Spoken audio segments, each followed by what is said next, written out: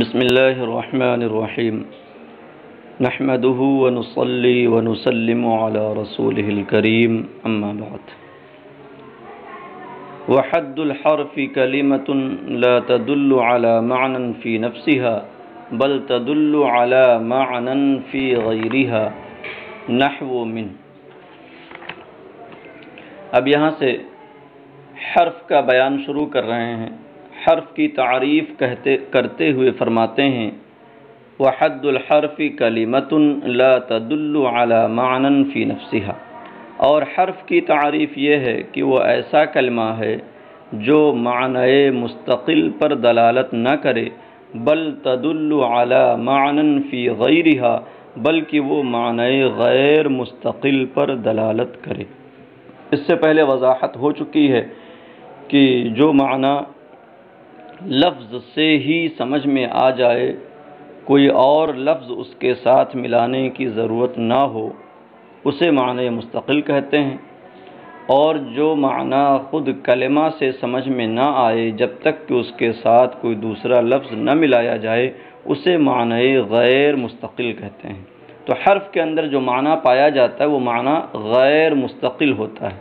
تو کہتے ہیں حرف کی تعریف یہ ہے کہ وہ ایسا کلمہ ہے جو معنی مستقل پر دلالت نہ کرے بلکہ معنی غیر مستقل پر دلالت کرے.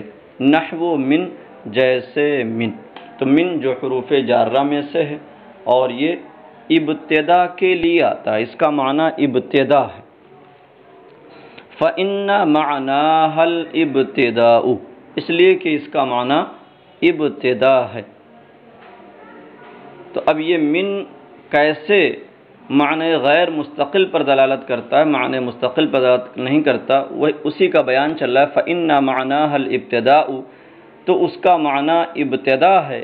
وهي لا تدل عليه الا بعد ذکر ما منه الابتداء، اور من اس ابتدا پر دلالت نہیں کرے گا مگر اس کے ذکر کے بعد جس سے ابتدا ہے، جس جگہ سے ابتدا ہے، جہاں سے شروعات ہو رہی ہے، اس کے ذکر کے بغیر وہ ابتدا پر دلالت نہیں کرے گا. کل بصارۃ والکوفۃ، جیسے مثلا بصرہ اور کوفہ یا کسی بھی جگہ کا نام لیا جائے. تقول سرت من البصرۃ الی الکوفہ، میں بصرہ سے کوفہ تک چلا، یا میں نے بصرہ سے کوفہ تک سیر کی. تو چلنے کی ابتدا پر من دلالت کر رہا ہے، لیکن وہ ابتدا تب تک سمجھ میں نہ آئے گی جب تک کہ البصرہ یا الکوفہ یا کسی بھی دوسرے مقام کا ذکر نہ کیا جائے.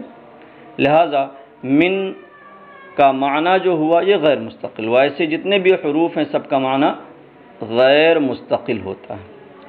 اب یہاں سے علامت بیان کر رہے ہیں وَعَلَامَتُهُ أَلَّا يَصِحَّ الْإِخْبَارُ عَنْهُ وَلَا بِهِ. اور حرف کی علامت یہ ہے کہ وہ نہ مسند الیہ ہو سکتا ہے اور نہ مسند به. تو حرف نہ مسند ہوتا ہے نہ مسند الیہ، نحمیر میں آپ نے پڑھ لیا. تو کہتے ہیں کہ اس کی علامت یہ ہے کہ وہ نہ مسند الیہ ہو سکتا ہے اور نہ مسند.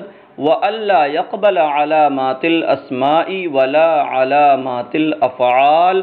اور دوسری علامت یہ ہے کہ وہ اسماء اور افعال کی علامتوں کو قبول نہیں کرتا. یعنی حرف کے اندر اسماء اور افعال کی کوئی علامت نہیں پائی جاتی. تو علامت کا بیان مکمل ہو گیا.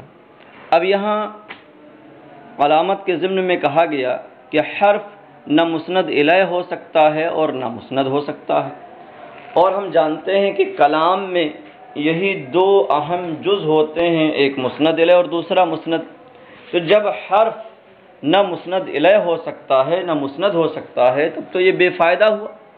کلام میں یہ کوئی اہم جز نہ بن سکا، تو پھر اس کو وضع ہی کیوں کیا گیا، اس سے بحث ہی کیوں کی جاتی ہے. تو مصنف فرماتے ہیں وَلِلْحَرْفِ فِي كَلَامِ الْعَرَبِ فَوَائِدُ. کہنا یہ چاہتے ہیں کہ ایسا نہیں ہے کہ حرف کا کوئی فائدہ نہیں ہے. یہ الگ بات ہے کہ وہ مقصود بالذات نہیں ہوتا، مسند اور مسند الیہ نہیں ہوتا، مگر یہ کہ مسند اور مسند الیہ نہ ہونے سے یہ لازم نہیں آتا کہ وہ بے فائدہ ہو گیا. کلام عرب میں اس کے بڑے فوائد ہیں.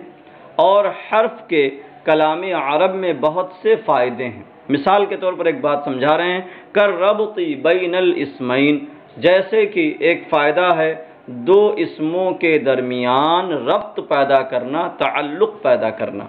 نحو زید فی الدار، جیسے زید فی الدار، تو زید گھر میں ہے، زید کا گھر میں ہونا بیان کرنا ہے، تو اگر فی نہ لایا جائے، زید الدار کہا جائے تو وہ معنی حاصل نہیں ہوگا۔ زید فی نے آ کر کے زید اور دار کے درمیان ربط پیدا کر دیا، دونوں کے درمیان تعلق پیدا کر دیا۔ اوِل فعلین، یا دو فعلوں کے درمیان ربط پیدا کرنا۔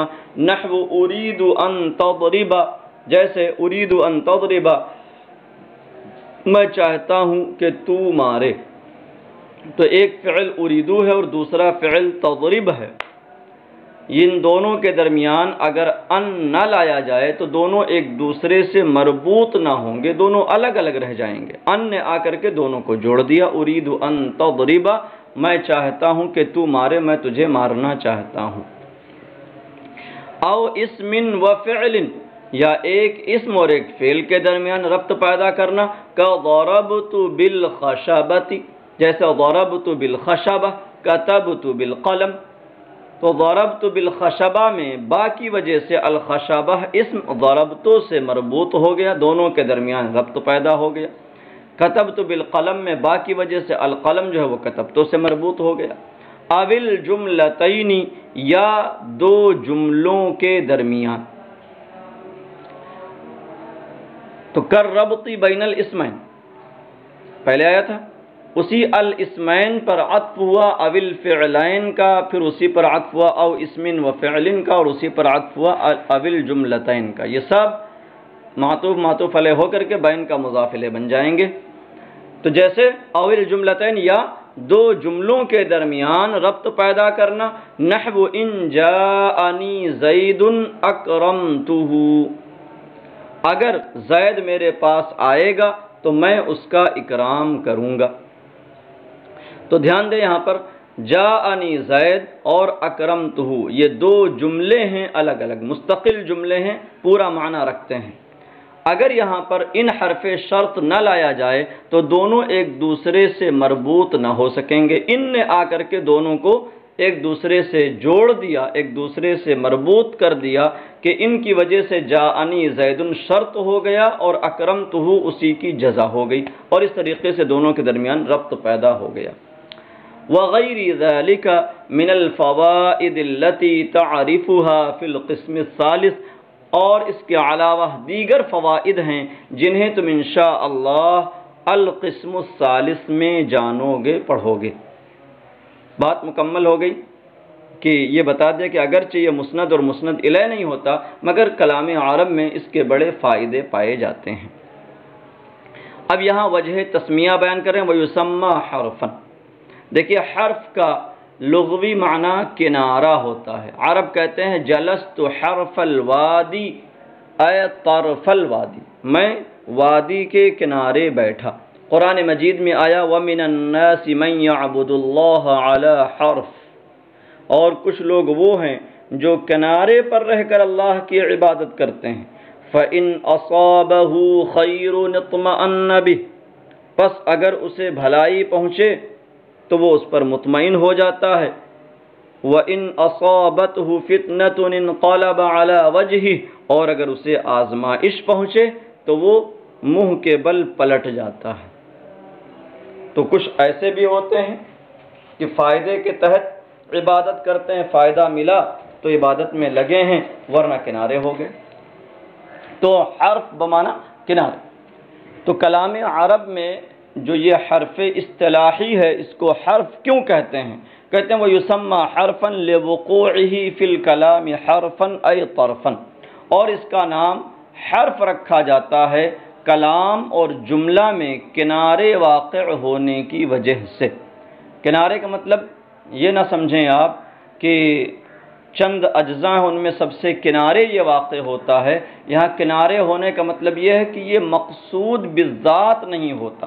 اذ لیس مقصودا بالذات، اس لیے کہ یہ مقصود بالذات نہیں ہے، مثل المسند والمسند الیہ، مسند اور مسند الیہ کی طرح۔ دیکھیے جملہ کے دو مقصود بالذات جز ہوتے ہیں، ایک مسند الیہ اور دوسرا مسند۔ فعل مسند ہوتا ہے اور اسم مسند مسند الیہ دونوں ہو سکتا ہے، تو اس لحاظ سے وہ دونوں یعنی فعل اور اسم یہ دونوں تو مقصود بالذات اجزاء میں سے ہیں،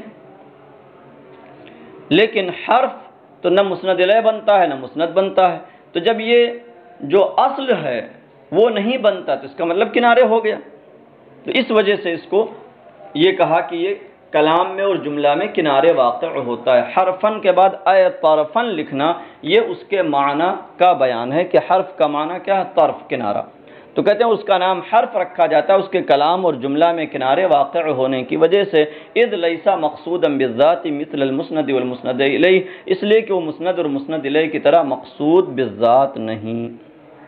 تو یہ فصل ثانی مکمل ہو گئی کلمہ اور اس کے تینوں اقسام کے بیان میں۔ السلام علیکم ورحمۃ اللہ وبرکاتہ۔